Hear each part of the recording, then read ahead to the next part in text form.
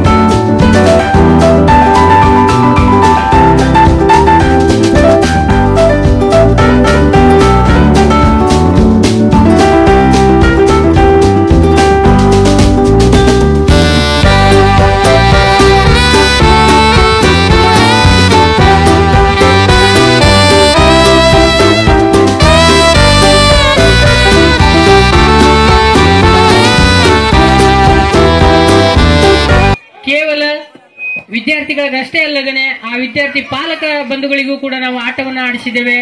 ಆ ಆಟದೊಳಗೆ ಬೇಗನೆ ಪಾಲಕರು ಬಂದು ನಡೆದಾಡುವ ದೇವರು ಜ್ಞಾನಗುಮ್ಮಟ, ವಿಜಯಪುರದ ಜ್ಞಾನಗುಮ್ಮಟ ಶ್ರೀ ಸಿದ್ದೇಶ್ವರ ಮಹಾಸ್ವಾಮೀಜಿಯವರು,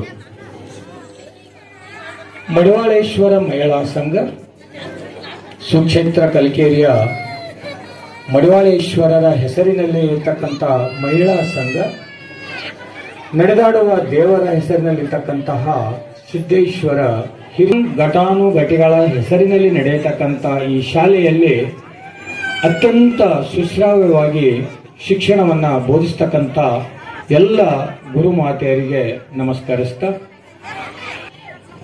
ಸತ್ತು ಹೋಗುವವರು ನಾವೆಲ್ಲ ಒಂದು ದಿನ, ನಿತ್ಯದಿ ಸುತ್ತುತ್ತಿರುವ ಈ ಭೂಮಿ ಮೇಲೆ ಸತ್ತು ಹೋಗುವವರು ನಾವೆಲ್ಲ ಒಂದು ದಿನ, ಹೊತ್ತು ತಂದಿಲ್ಲ ಬರುವಾಗ ಏನನ್ನು, ಮತ್ತೆ ಹೊತ್ತು ಒಯ್ಯುವುದು ಇಲ್ಲ ಹೋಗುವಾಗ ಇನ್ನೇನನ್ನು ಅನ್ನುವ ಮಾತನ್ನ ನೆನಪಿಸ್ಕೋತಾ, ಈ ಕಲಕೇರಿಯಲ್ಲಿ 2005ರಲ್ಲಿ ಈ ಜ್ಞಾನ ಜ್ಯೋತಿ ಶಾಲೆ ಆರಂಭವಾಯಿತು. ಪ್ರಾಸ್ತಾವಿಕ ನುಡಿ ಇರೋದ್ರಿಂದ ಆ ಮಾತನ್ನು ನಾನಿಲ್ಲಿ ನೆನಪಿಸ್ಕೊಳ್ಳಕ್ಕೆ ಇಷ್ಟಪಡ್ತಾ ಇದ್ದೇನೆ. HT ರೋಡ್ನಲ್ಲಿರ್ತಕ್ಕಂಥ ಬಿಂದುಲ್ಬಾವಿಯ ಪಾಟೀಲರ ಒಂದು ಗೋಡಾವನ್ನಿತ್ತು, ಅಲ್ಲಿ ಶಾಲೆ ನಾವು ಆರಂಭ ಮಾಡಿದ್ವಿ. ಪ್ರಾರಂಭದಲ್ಲಿ ಕೇವಲ 30 ವಿದ್ಯಾರ್ಥಿಗಳು, ಆಮೇಲೆ 300 ವಿದ್ಯಾರ್ಥಿಗಳವರೆಗೆ ಆ ಸ್ಕೂಲ್ ನಡೀತು.